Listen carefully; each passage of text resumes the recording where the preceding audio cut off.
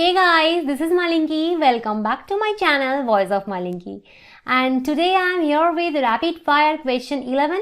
And today's question is, what is Cistron, what is Intron and what is Exon? And this is the rapid fire question series for PhD entrance exams and interviews. And if you are new in my channel, please subscribe my channel. And if you like my video, please do like, comment and share my video. So basically, Cistron is an alternative term for gene. So Cistron is basically a gene only. It is the alternative term for gene. As the gene exhibits a special behavior in cis-trans test, that is in the complementary test, it is also called Cistron.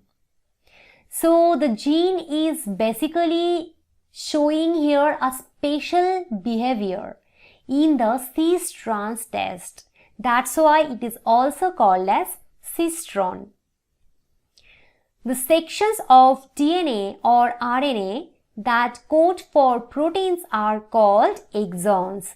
So exons are those parts or sections of the DNA or RNA that code for proteins.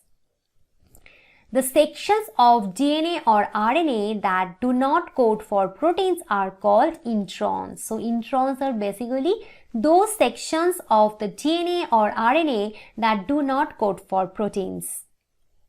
A pre-mRNA just transcribed from a DNA contains both exons and introns. So here we can see this is the pre-mRNA and it is getting transcribed from this DNA and it contains different exons and introns both.